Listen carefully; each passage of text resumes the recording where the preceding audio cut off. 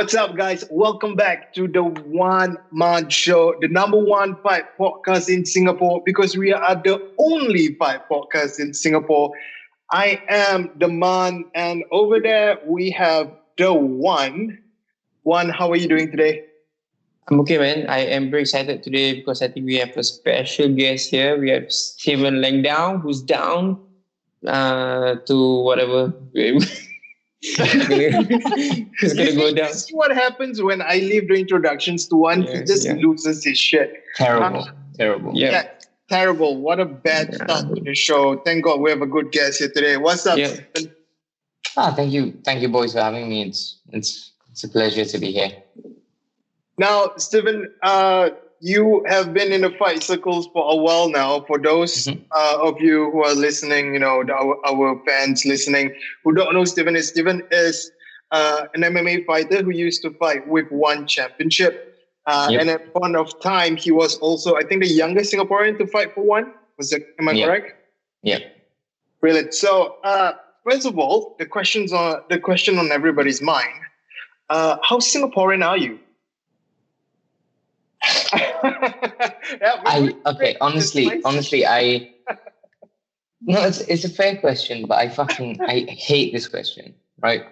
And I get this question all the time. People say to me, "Oh, how Singaporean are you? Are you really Singaporean?" Look, I went to local schools. I did NS. I can speak Mandarin. I can speak Bahasa. So if you don't think I'm Singaporean, if you're watching this, go fuck yourself.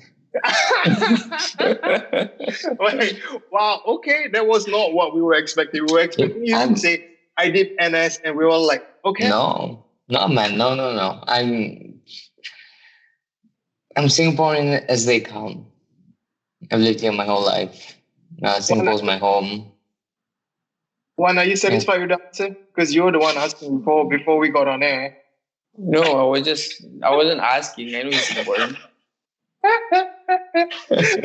Oh, when we're on air, you like keep quiet. Just now you're like, wow, this angmo on. Wow. There's no angmo here, man. There's no angmo here. Putting words into my mouth.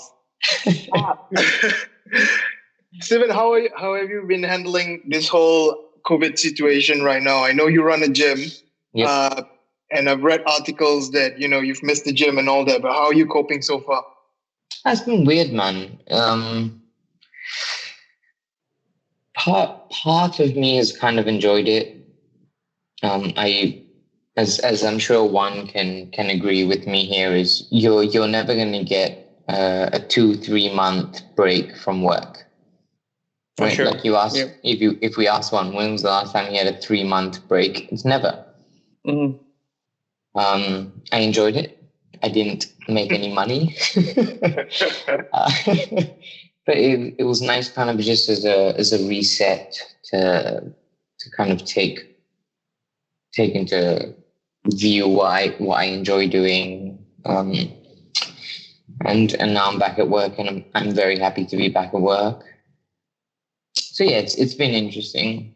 Thankfully for me, my business model isn't very based on volume, so all the 5 people stuff doesn't really hurt us. Yeah.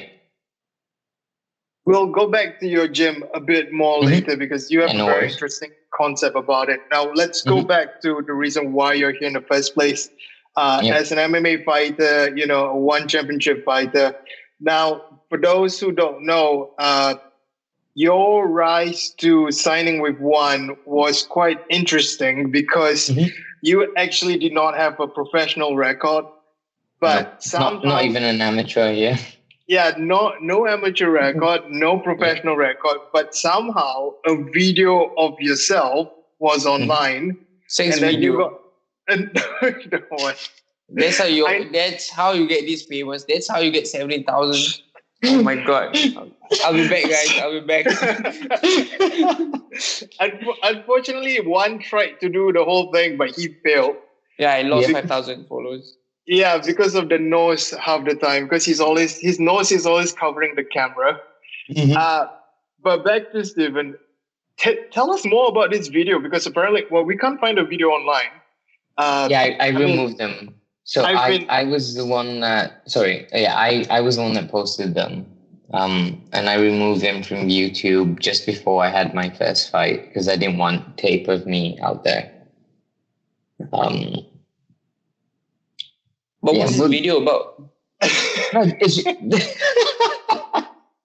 No, the video was just me hitting pads. That's all the video was. Fake gym? I was just hitting pads and doing a bit of rolling. And those were the wild west days of MMA in Singapore, right? It wasn't as developed as it is now. I mean, if I think back and if I tried to do what I did then now, no one would give me a chance. Never. And I know that. But I was at the right place at the right time. I don't think I really knew what I signed up for. And I'm more than happy to admit this, right? At the time, I thought I was tough.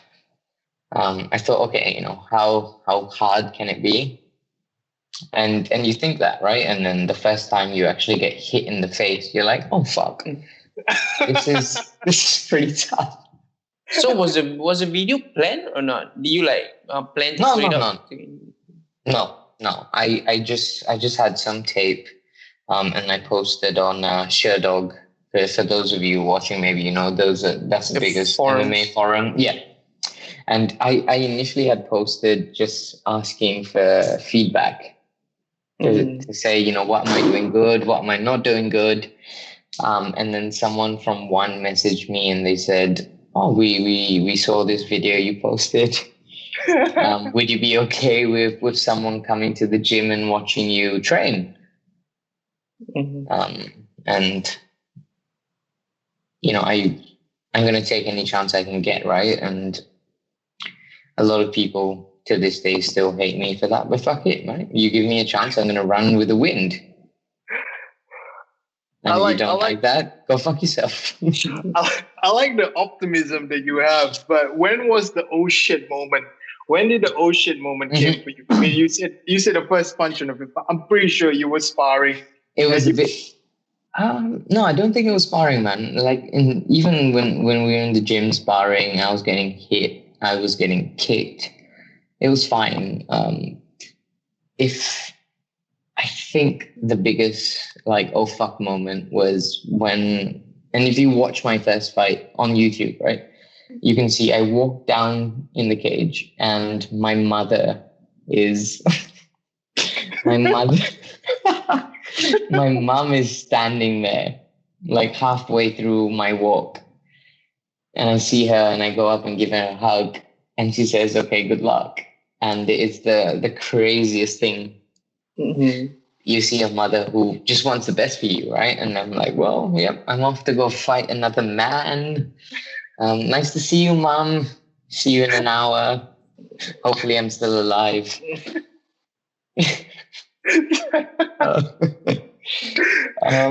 Yeah.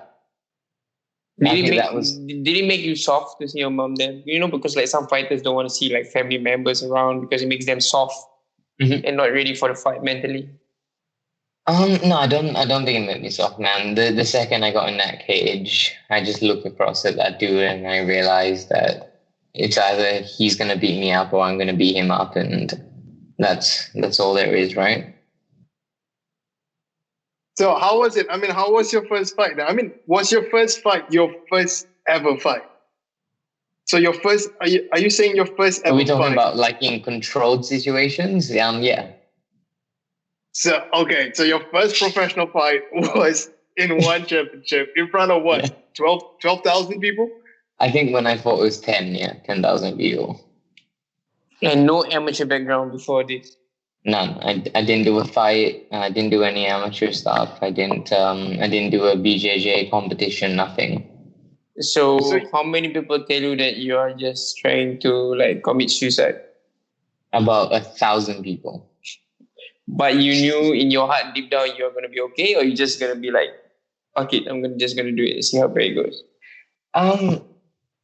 I think for the longest time I thought I would be okay, but then when I was walking into that cage, then I kind of realized that, oh, maybe I won't be okay. Maybe I'm walking into a lion's den and I'm about to get fucked up. But when, I mean, right? You know one, right? You got the gloves on. You can't turn back. And then you figure it out as you go along. Yeah. But how did the first fight go though? I won in 2.5 minutes by KO. Wow. Then how did it feel when you did win? I was insane, man. It was. I couldn't believe it. I remember when the ref like jumped in and grabbed me and said it's done. I was like, oh shit, that's it. Fuck. Is this easy? Was it? No, I knew this wasn't easy. No. I knew this was not easy, man. Because the next fight I got fucking destroyed. I'm gonna ask Juan a question now. Now, as a coach, Juan, you've trained a few fighters. You've trained a few amateur fighters. You have a fight team on your gym itself. When someone comes up to you and says that, hey, I want to fight, but this person has not ever fought before, what will you tell them, Juan? I would usually just tell them to come and train first because most of them don't show up. But I think the most interesting parts were like when I ask, I think some people are just extremely just innocent. I asked, have you got experience fighting? They said, yeah. Where? Void Deck. They literally said Void Deck. They're like, okay, one, you're Singaporean, but you are also a dumb one. Because you did that experience. So I think I would just tell them to just show up for training, and usually they don't. So, but what about you, Simon? Have you ever fought outside the octagon or the ring? Have you street fights? Are you secretly Singapore style? When I was younger, yes. I've been in some situations that I'm not proud to talk about. But if today, no. I don't want to be involved in that bullshit. Right? I mean, I found out that I could get paid to fight. I'm not doing that shit for free anymore. So, after your first fight, you've won. I'm pretty sure the confidence was pretty high. I mean, it was, you took out MMA and in 2 years, you were signed to one championship, am I right? Through a video nonetheless, Kim Kardashian style, some would say. Yep, that's fair. That's very fair. Yeah. I mean, Ridhwan is very familiar with that video of Kim K. Yep. So, I mean, you kind of showed. I'm also pretty sure there were a lot of haters when you got signed, right? But you kind of showed them you were the right person to do the job because you went in and you won your first fight. So. Were you even more confident going into the second fight? Did you after that oh shit moment in the first fight, you're like, okay, I'm in this for real now, so I gotta step up? Well, I guess in the short time I was in the cage for the first fight, I did realize that okay, this is very real. I can get hurt.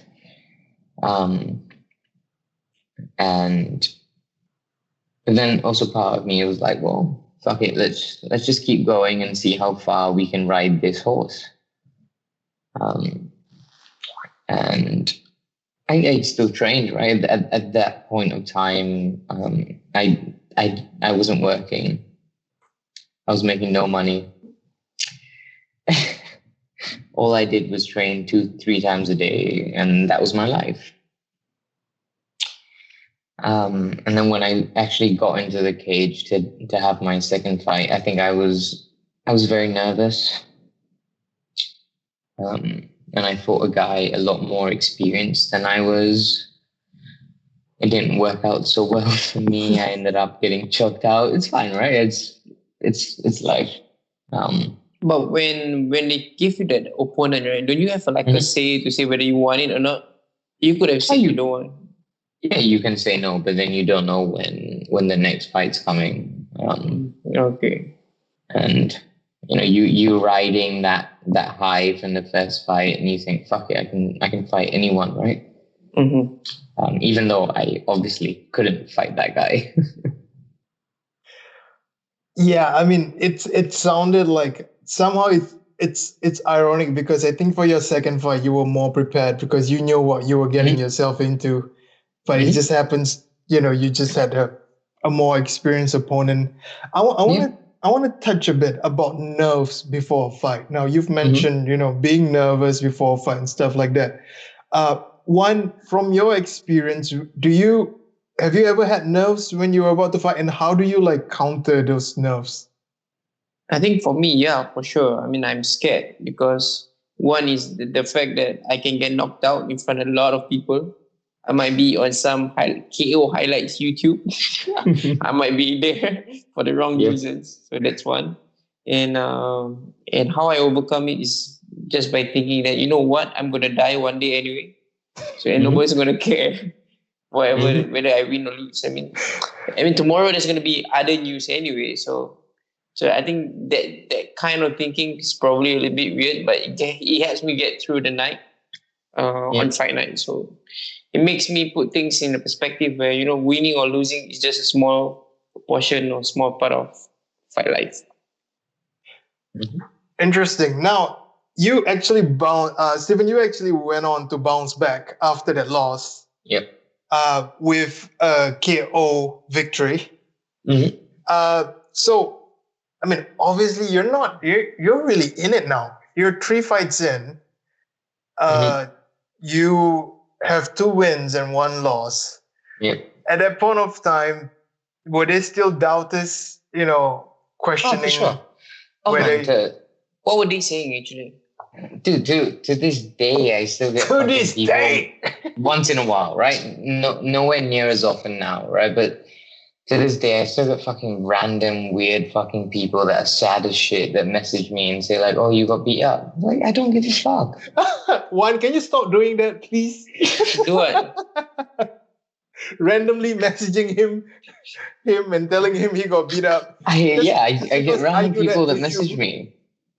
Wow. At least they're watching, right? that must suck until now. But you're kind of like a Sherdog legend. Do you know that? I mean, I know. you're kind of I wouldn't say a meme lord, but you are in MMA folklore over at Sherdog as one of the guys who actually got scouted because of the forum.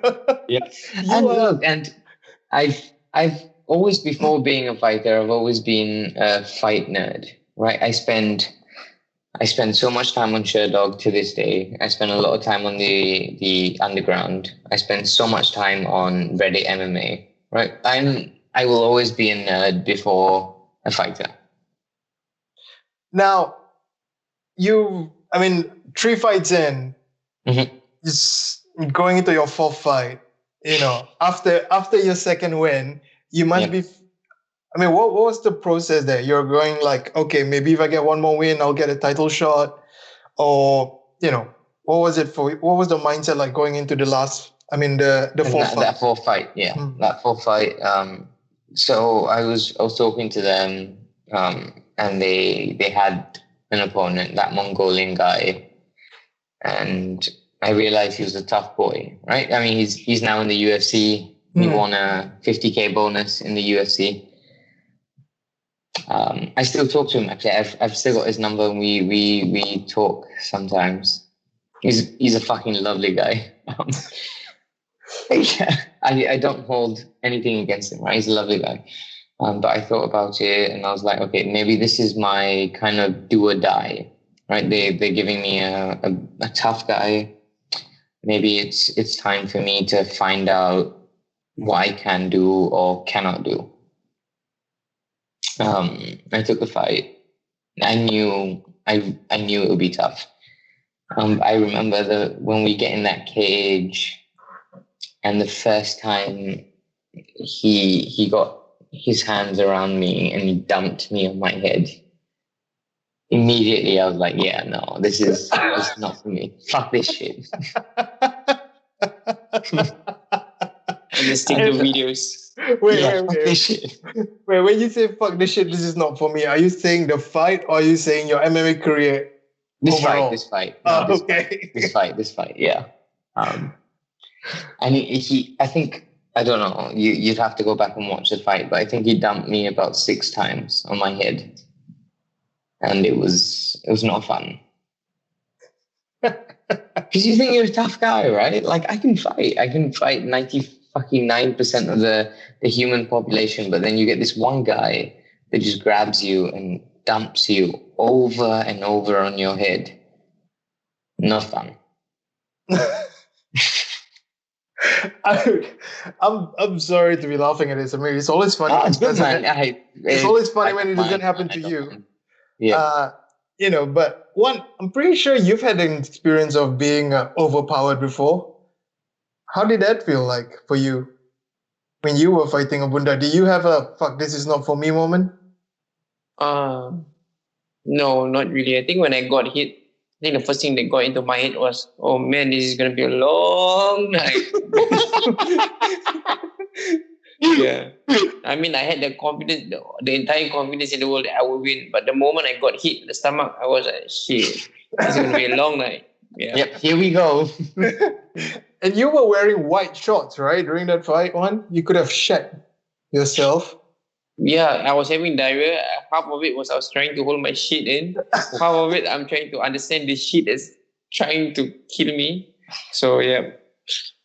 Yeah, it's a good thing it was an experience. You did not shit in the ring. But I mean, to be honest, I never felt like, okay, this is not fun. I was still trying to fight to win.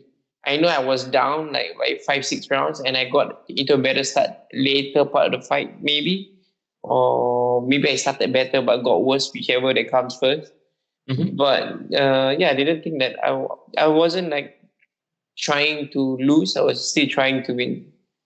But what about you? I wasn't trying to lose, yeah. You were just trying to win, right? I mean, even though you were saying I was trying to survive, man. I was trying to survive. Yeah, I think that's the dangerous part. When you get into survival mode, I think it's just like half of your mindset is gone. Absolutely. I agree, yeah. Did it ever occur to you that, okay, when you guys both are fighters, I'm obviously not one. I'm a lover, When you guys, I'm pretty sure that's not the first time, Stephen, for you yourself, you were in that survival mode, right? I mean, I'm pretty sure there were times in some of your fights that you were also on survival mode. But let me ask both of you a question from a mindset point of view. When do you switch off the survival mode or when do you actually turn around the survival mode to like a fight mode? Because it's a fight or flight thing, right? Yep. So the survival mode is in the middle. So it's either you go fight or you go flight. So at which point of time do you guys think that, okay, fuck, I have to fight back? I need to go, yeah. Juan, do you want to go first? You go ahead, bro. Okay. It's funny you say that, right? Because I actually have that moment in that fight with that Mongolian guy. I think about 3 minutes into the first round when I finally get up. And I remember talking to myself and I was like, fuck it, we're going to swing for the fences and we're either going to knock this guy out or I'm going to get knocked out. Who gives a fuck? Eventually I get knocked out, but... In the second round, or you survived in the second round. I made it to the corner. And I just thought, fuck it, let's swing. We'll find out how it goes. What did your cornerman tell you at the end of the first round? They actually told me to calm down. And to try and stuff his takedowns, how to stuff his takedowns. But he came out second round swinging, so I thought, fuck it, let's swing. Not my best fucking move. Idea. No, it's not. Okay, Juan, what about you? When was tell us a moment where you had that survival mode on and when you decided to switch it over. I think I've said this before. I mean, I don't always go into survival mode, but I think if we take the fight with Ambunda as an example, I think I really got into fight mode when he said, "You're going down, boy." I think there was like a switch. Like I said, I wanted to go down. I just wanted to take an extra 5 to 6 seconds rest. But then the moment he said, "You're going down, boy," I'm like, "Fuck you, I'm not." Then just like I just started punching back. Yeah, so I got to thank him for saying that, because if not, I would have just gone down and give him a free 8 count. But I think that challenge, I took it personally.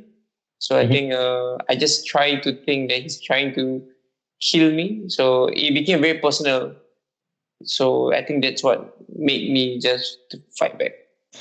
Yeah, I mean, I wish you took that fight personally even before you went into the ring, so that you wouldn't have lost your you know what I mean? But I mean, to be honest, right, we were sharing the sauna together the day before the fight. All right, with towel or without towels? I mean, I'm with towel. I need details here, guys. And look, I was at that fight. It was a good fight. It was a good fight for people who wanted to see one lose. No. It was 12 rounds. I think it felt like forever, man. But it was really good experience.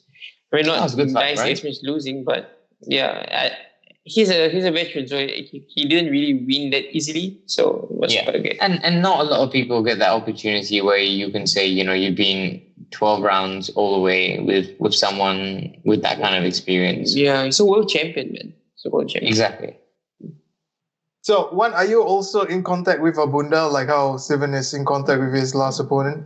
I have no idea. The last time I read the news, he was caught drink driving. Oh, fuck, really?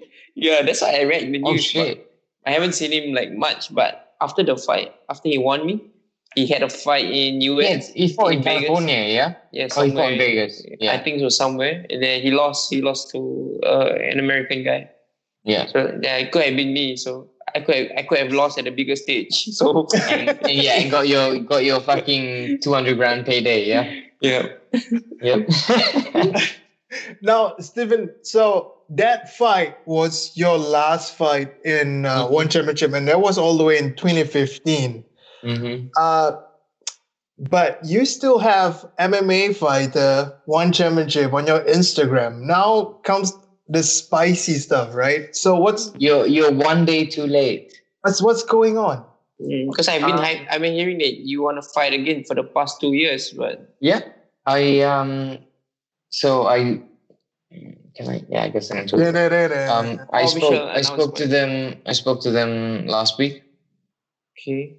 I can't say dates or anything like that, but they're trying to do a show in Singapore soon enough. Woo. They asked if I was interested. I said yes. Yeah. Oh, nice, finally. And then unfortunately today at 8 p.m. they said not this time for me. What? You just like toyed with us there. You teased us. You think you were toyed? How do you think I feel? Wait, they came to talk to you or you talked to them? They talked to me. Why? Oh, because now they can only hold shows in Singapore, I guess. But not this time. Oh, man, this is like a shitty ex-girlfriend. Yeah, I've got a lot of those. I love you. Do you love me? Yes, but too bad. They can't be together now. It's the one. Look, it's okay, right? I guess they found enough people to do the card. And as one said, right, I've wanted to fight again for a long time. But I'm not going to do it, short notice for fun, right? I enjoy my beer. So if you want me to fight, I will take it seriously. But I'm not doing it on short notice, right? Give me time, I'll do it properly. So this year you won't be fighting, next year maybe? Man, the clock is closing down. Right. What's your age now? Yeah, I'm 28 now. Yeah. I'm 28 now. Yeah. You're supposed to be at your peak, man. Why is it closing down? Well, there are other things to do in life. Fair enough. No, but okay. Let's skip back a bit. So 2015, why was there a decision to leave the sport altogether? It wasn't really a decision to leave the sport. I just ended up doing other things that ended up being more lucrative. There were bigger opportunities. We live in Singapore, which is a massive capitalist country, as I'm sure you both know. Mm-hmm. And there were, things I wanted for my life that maybe professional fighting wouldn't provide for. And I followed those avenues. It's worked out okay, but I still, every fucking day, I miss fighting. So the desire to fight was still there, even though it's still here, man. It's still here, baby. It's still here, all day, every day. That's why the itch to come back. Mm-hmm. Right. Okay. Well, that's pretty good to know, because I've been wondering, like, why was the pro MMA fighter one championship tag on your Instagram still there? And because we were checking your records on Sherdog, ironically, it was that shit's not clickbait, man. It's there because maybe one day. Yeah, because I mean, we tried to get you on the show last year. I think, was it last? No, last 2 years, maybe early 2 years before. Because one was telling me that you're prepping to make a comeback. Mm-hmm. And that that never happened.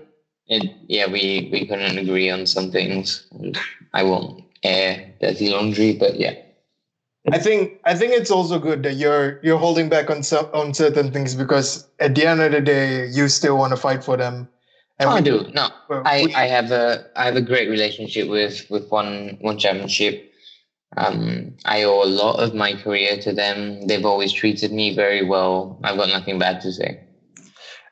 But I mean, from my standpoint right now, mm-hmm. as a fighter who, you're itching for one more, right? You're itching to fight again, right? But are we talking long-term fight, or are we talking like just a one-off fight, and then you'll, reconsider the situation?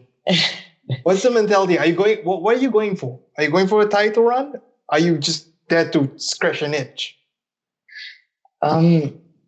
I think a lot of that depends on how much they are willing to get invested in it as well. Because with the purse I get now, I can't be invested in it alone. I love fighting. This shit is my life. It's how I make a living still. I would love to be able to find a way to do it and get full on. Unfortunately, I don't think that's ever going to come true. And I think I can live with that if it doesn't come true. Fuck, man, this shit's getting me sad as fuck. Fuck this. What weight would you be fighting in if you're fighting again? Now 66 kilos. So you'll be fighting at 66 kilo? Yep. It's a hot division, right? I mean, it's hot weight class. Yes, it's very hot, right? It's kind of the middle of the Asian man. Mm-hmm. That's kind of where most Asian men fall into, athletic Asian men fall into 66, 70. I'm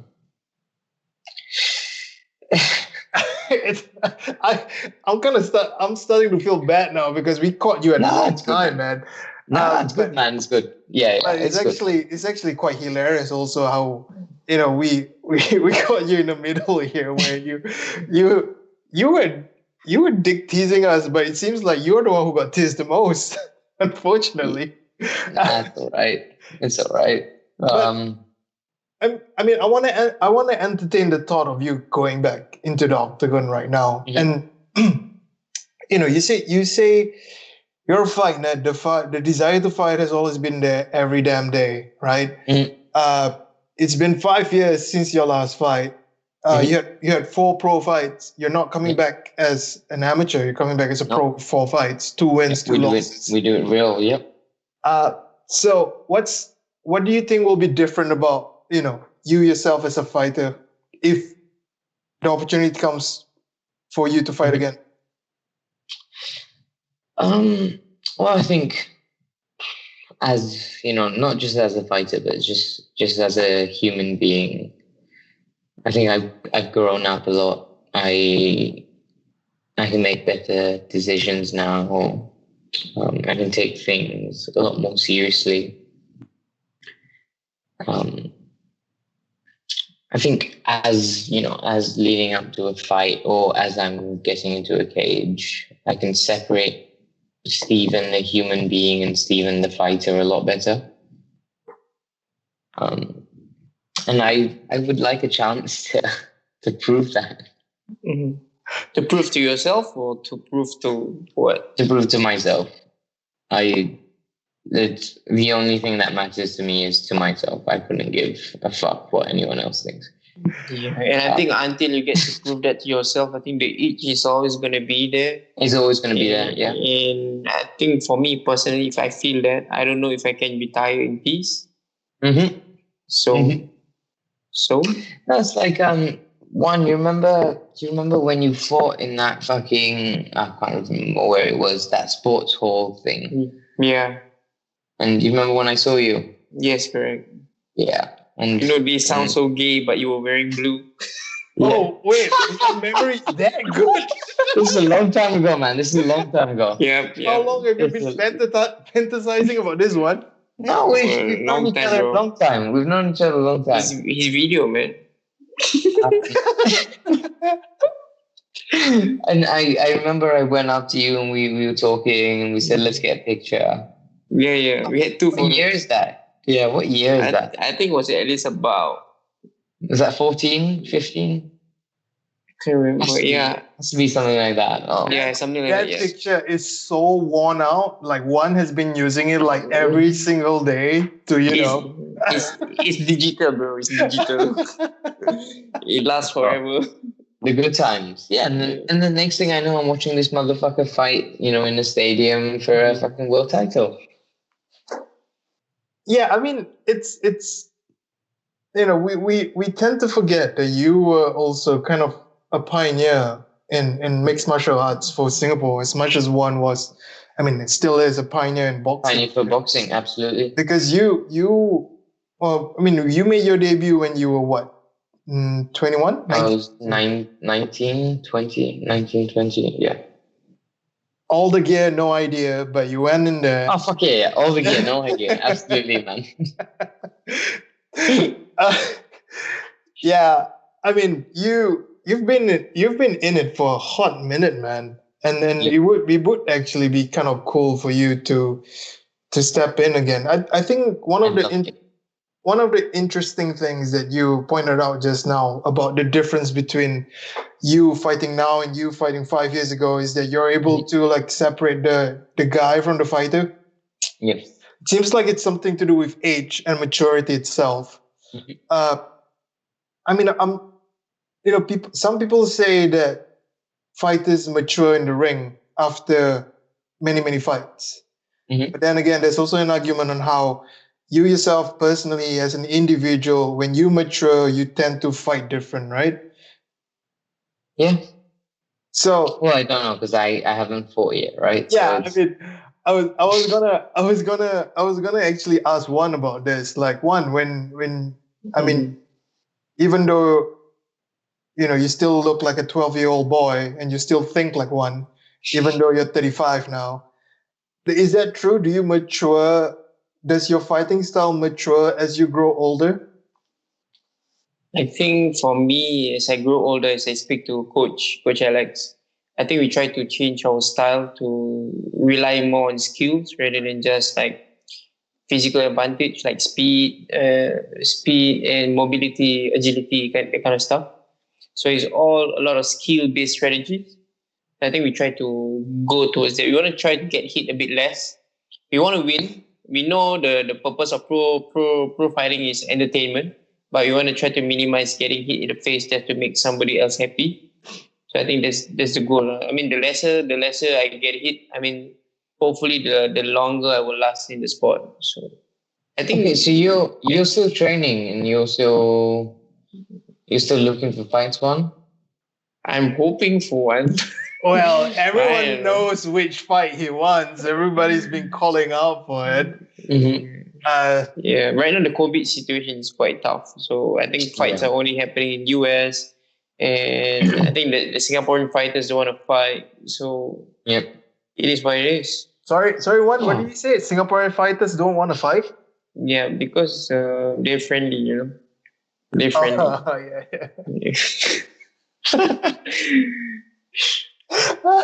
But you know, Steven, you know, when you see the current fighters, that I think I can sense the fighting.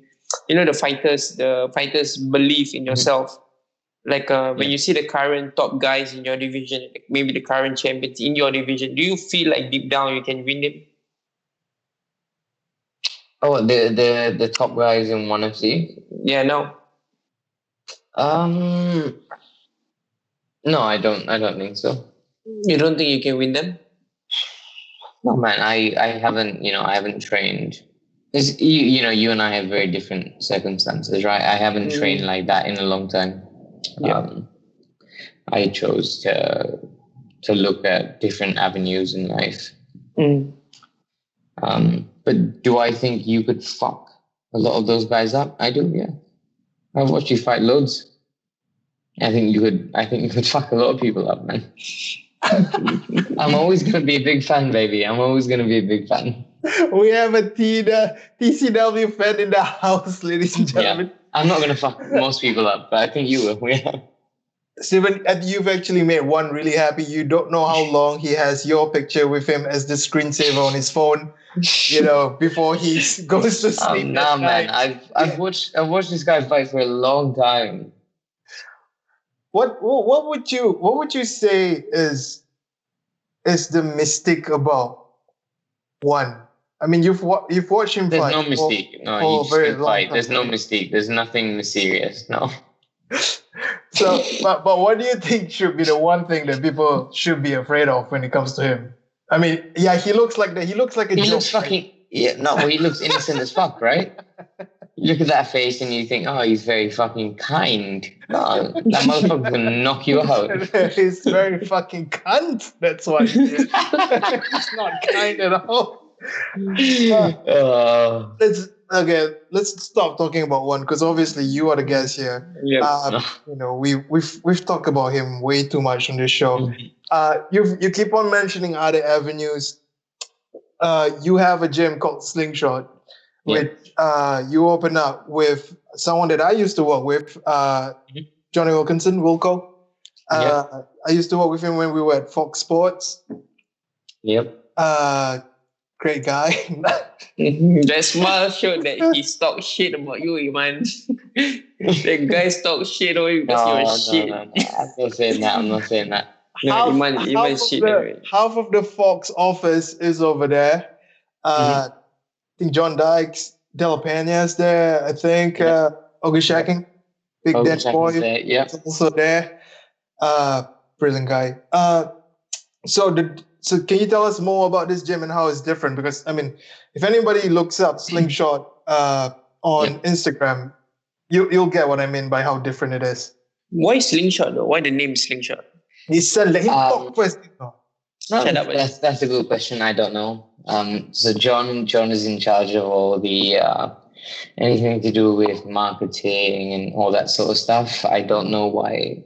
Well, actually no. Let me change that.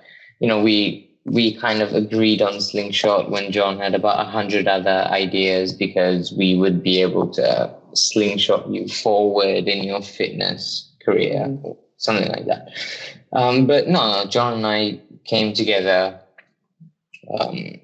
about 4 years ago, and we realized that there was kind of a gap in the market for people that wanted to take training seriously at a semi-serious level, right? So we think about people that played Sunday league football, did white-collar boxing. I mean, obviously, don't talk about like Vander, right? But there was always a lot more in boxing versus in football.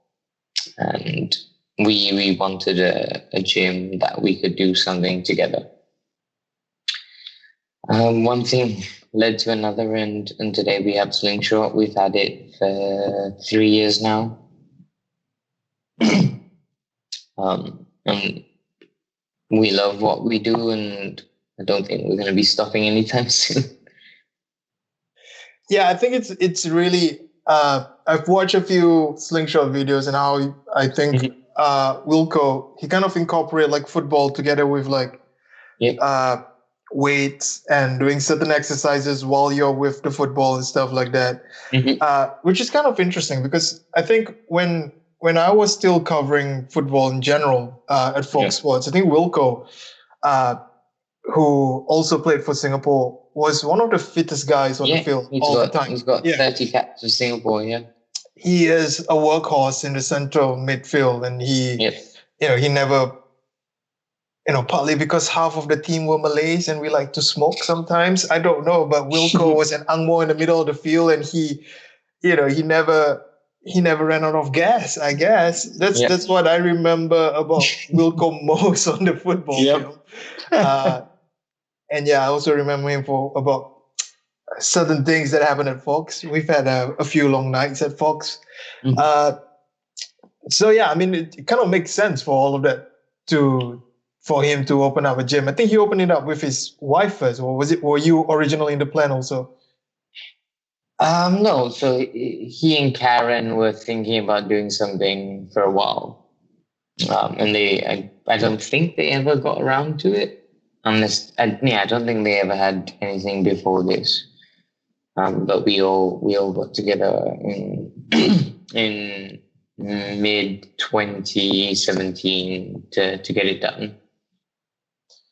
So as a former fighter, and now you're also a trainer, right? Do you whenever you see people kick pads and stuff like that, I'm pretty sure that's where the itch comes back again, right? Yeah. So you're kind of not doing yourself favors by being in such situations. No, I'm definitely not. Because I've seen one trying to like just come to the gym before and like not train, but I don't think you've managed to do that ever, Ridhwan. Yeah, we end up trying to hit something, still trying to move. You have to, right? You got to punch something. You got to fucking move your legs. Yeah. You got to change stances for a bit. Yeah. I think something that's don't go away. Yeah, I agree. I don't think it goes away ever. But that's not my job anymore. Right now, my job is to make sure that the people that come to the gym have the best experience that they can have. And same for Juan, right? He owns a gym as well. We both want the same things for our clientele to have the best experience that they can have. Are you like sort of training any serious fighters or something? No. You should train Dan. Dan can be a fighter. We thought about doing a white collar boxing with Dan. Yeah, Dan has lost so much weight. Firstly, he lost the dreads, and then he lost a lot of weight after that. God. And he's a big, strong boy. Yeah. He is. Danny boy is huge. Yeah. When I hold mitts for him, my fucking shoulders are fucked. He's a big boy. If people are unfamiliar, Dan Ogashaking. Yeah, can you give context? Yeah. Dan Ogashaking is he's from the UK, right? So he is also a journalist at Fox Sports. I think he's a producer now. And he's one of my seniors when I first started. So Dan is like, he's like 1.9, 1.8, 1.9. He's tall. Yeah, about my height. 6'3", maybe 6'3", 6'4". Yeah. He's a big boy. Not about what. And he's a big boy. He's built like a rugby player. Yep. And he had dreads. But he is also the kindest bear ever. Oh, so you must have known him when he just got back from Thailand. And he still had dreads, yeah. Yeah, he still had dreads. I mean, I knew Dan and me, I think we shared a... it's gonna sound so wrong, but me and Dan shared a common connection at Fox because sadly, so his brother died of cancer. I think a few weeks after my late sister passed away because of a heart condition. So I'm sorry to get that. We were kind of like cheering each other on at the Fox office, and after that we kind of bonded even more. But then it's always a big bear. He's the biggest bear. He's the best guy to hang out with, and I'm pretty sure if he fights in white collar boxing, I'll come down and cheer him on. Look, that guy has lost so much weight, hasn't he? Yeah, no, he's in good shape, man. He's in great shape. I mean, he's a great boy. He's lovely. Yeah, I can't wait until Ridhwan actually helps me lose weight and start boxing. When are you gonna start doing that one? You got to start showing up first, boy. I forgot. Oh, see, I go to Steven's gym more than I go to yours because his gym has a coffee shop underneath, and I'm always there after I send my wife to work. So yeah, that's pretty much it. Now, Stephen, I mean, looking in the future right now, you've already told us you're itching to fight again. Yeah. Like I said before, you're one of the pioneers that kind of kicked off this whole MMA thing in Singapore because you entered the fray just as one championship entered the fray, right? Yep. In terms of as an MMA community, how much do you think Singapore have grown? From when I first started fighting, I think Singapore's MMA community has grown significantly. I think especially as Evolve has grown, it's got a lot bigger, which is nice, right? We want to see that community grow bigger. We want to see younger guys and ladies get opportunities. And I think Juan and I, we weren't the youngest people when we got all these opportunities. And we're not young anymore. This guy is still in his 20s and he's talking to people in his 30s saying that he's not young. Well, yeah, we're not young anymore, right? I mean, if you think about someone that's watching this at 18 with 3 amateur fights, that guy is young, and this could maybe be his future, maybe not. Right? He could maybe be a professional fighter, or maybe he'll be a lawyer. But he'll have both those choices, both those opportunities. So I think that's something that's going to be very different moving forward from versus when I was starting out. I also think the popularity of one championship has helped a lot in the growth of mixed martial arts in Singapore. And at first it was all about Evolve. I mean, Evolve was, look, love them or hate them, Evolve kind of kickstart a lot of things here for the fight community. Absolutely. And the same goes for one championship, right? I mean, even though, sometimes the argument is there is a bit of misrepresentation when it comes to their definition of Singaporean. We've had Tiffany on before, and Tiffany gave us her peace of mind. Tiffany's a real Singaporean. She got a passport. She would serve NS if she was allowed to. Definitely. You're a real Singaporean because you've served NS and I don't want to see your passport. I'm pretty sure your passport is also. I've got a passport as well, boy. I was born here. The question. I grew up in Yishun. I'm wait, Singaporean as it hang fucking on. comes. Wait, you grew up in Yishun? For a little bit till I was 7 years old. Yeah, I lived in Yishun until I was 7 years old. Dude, you hood rat. You had one of the same. Yeah, people in Yishun are built different. They grow up different, don't they? Mm-hmm. We tough. Well. Started from the bottom, now we're here.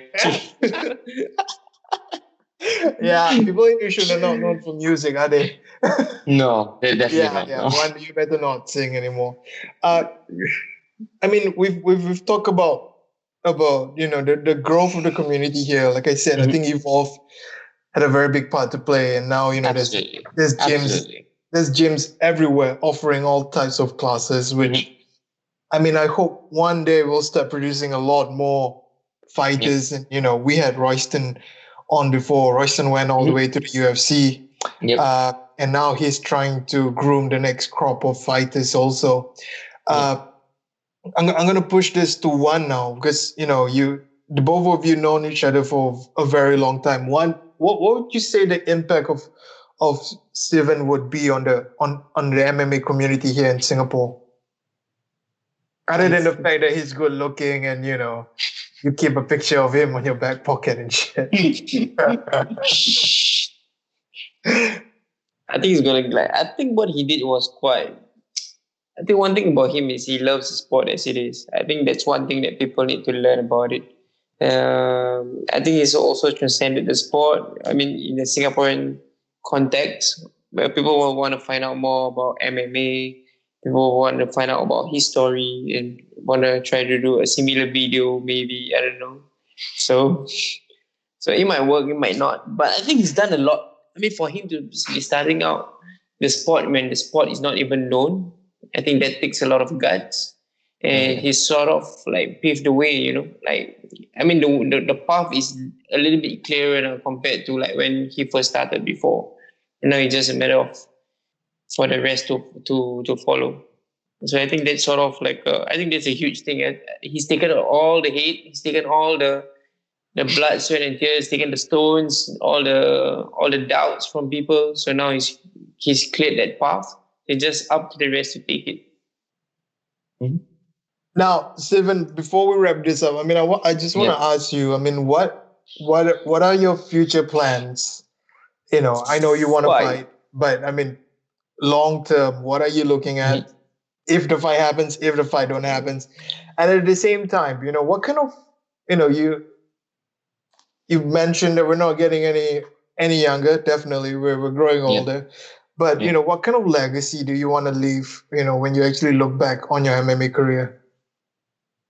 Okay, to touch on what I'm looking to do in the near future first. I'm gonna look to continue to grow the gym John and I have,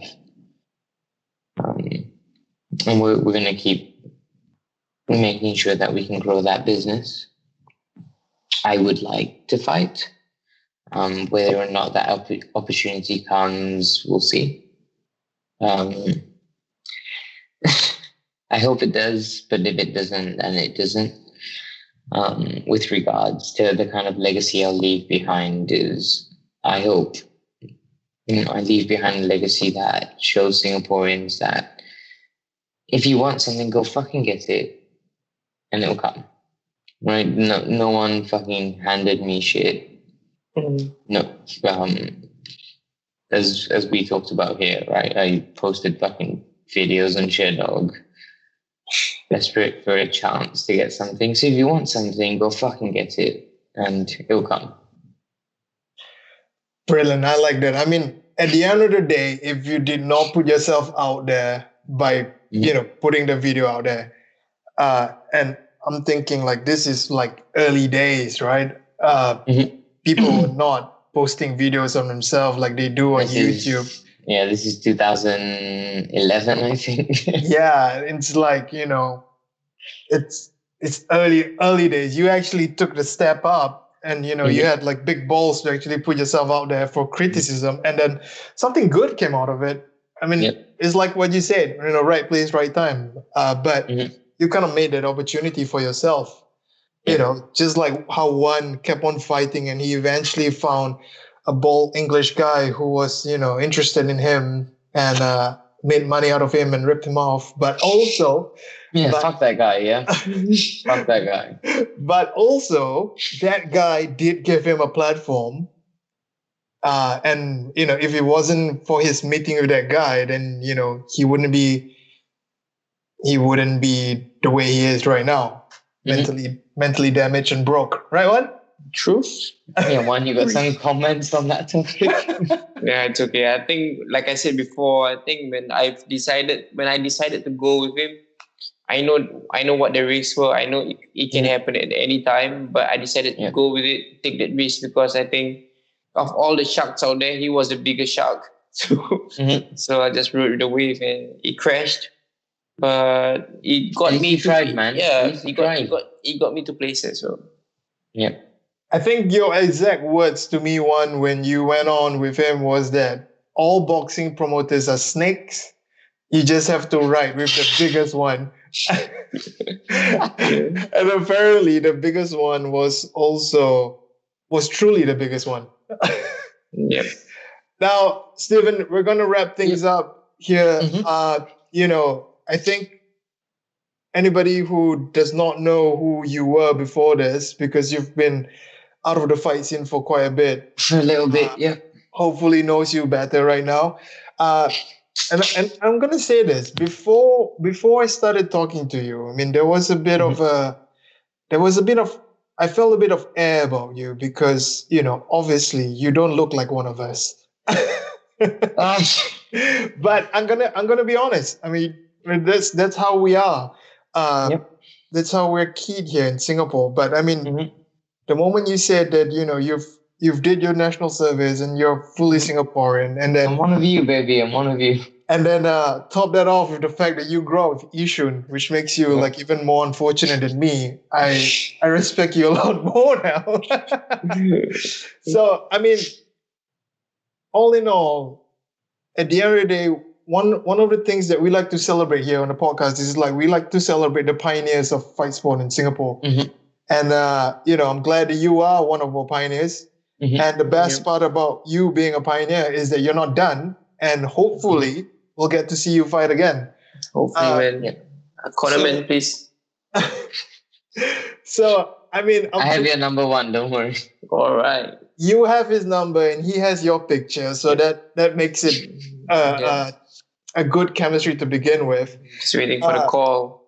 Out of our listeners, there's a lot of you out there. I'm pretty sure some of you work for One Championship.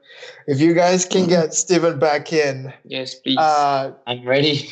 Please do it. We're actually gonna pay $50 for him to put our logo on the shorts on his dick, because if I put it on for free. He'll put it on his dick because that's where one likes to be. So while we're riding his dick right now, we're gonna wrap it up. Steven, the floor is yours. Take your parting shots. Thank whoever you want to thank, and give shout outs to whoever you want to shout out. I don't have a long list of fucking bullshit like that to do. Thank the two of you for having me. It's been very fun. I hope the Singapore scene continues to grow, and I'd like to be able to help it continue to grow as well. And hey, if someone from One's watching this, fucking give me a call. I want to fight. I know for sure that some of our listeners work for One. I'm pretty sure about that.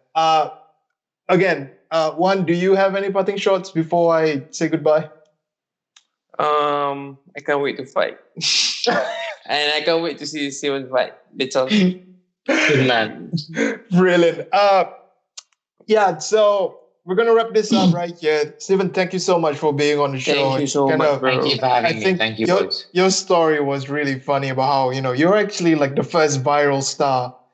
He's our Ryan Garcia. He is our king. I am your Ryan Garcia. Yeah, exactly. He's got the looks, he's got the video. Yeah, I'm Ryan Garcia. So we're going to put his Instagram handle. If you are not one of those 17,000 who have been following him, go and follow him. Also follow us on Instagram, YouTube, Facebook, and Spotify, especially at The One Man Show. Remember, we got on Spotify before the Joe Rogan podcast. So it's going to mean something. I mean, we kind of like inspire people for now. That's it from us. This is The One Man Show, the #1 fight podcast in Singapore, the only fight podcast in Singapore. Do follow us and stay tuned for more episodes coming up. This is the man. That's the one. That's Stephen Langdown. And we're out. Oh man, this is like a shitty ex-girlfriend. Yeah, I've got a lot of those.